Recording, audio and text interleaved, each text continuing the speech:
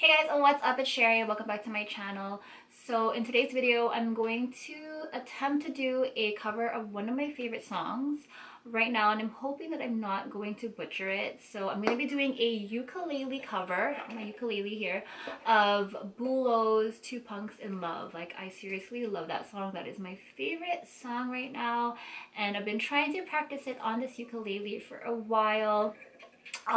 Just want to say though that I'm not a singer at all. I just enjoy playing the ukulele, so I've just been trying to practice singing along with it. So yeah, you guys might hear my voice. It's not perfect at all because again, I'm not a singer, but I do enjoy singing, but it's not like something that I'm taking seriously.